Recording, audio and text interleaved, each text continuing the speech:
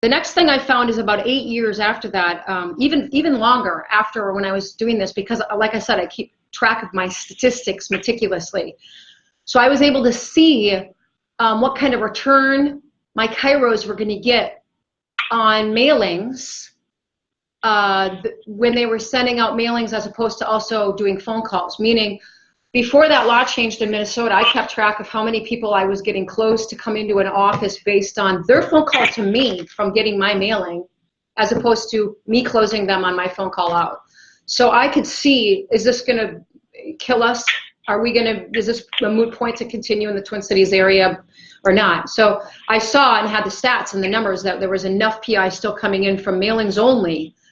So what I've found, this is the next part of the piece of information I want to give you, is for a long time what I did is I changed my own personal business model where I would let the offices just get the names and addresses of people who've been in car accidents over to you. You guys do it, and that was it. The next situation I ran into, I'm kind of giving you a backwards for a time lapse of going forward with kind of my whole, how did this get going into motion for me and what evolved.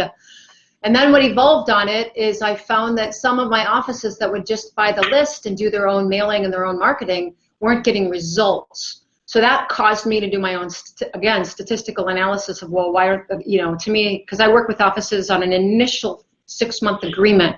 So why in the heck weren't they getting any results in, Because I knew there were results to be gotten. So that didn't make sense to me. And what I discovered is that really I needed to offer consulting on how do you do this. A lot of times most chiropractors will just pick a marketing person, they'll pick up these programs that sound great and they'll hand them off to their marketing crew. Great, they should do that and not do it themselves. And then the next thing you know, marketing staff may or may not run that line correctly. So my job on the line when I do consulting, because I offer a separate service to guys, which is also not the list only of car accident victims, but I now, I pretty much want people to pick up consulting with me. It's just because I don't want them to come back to me after 6 months and go, this doesn't work. It gives me a loss, right? And I'm sitting there going, of course it works, right? I know it works because I've done it for years.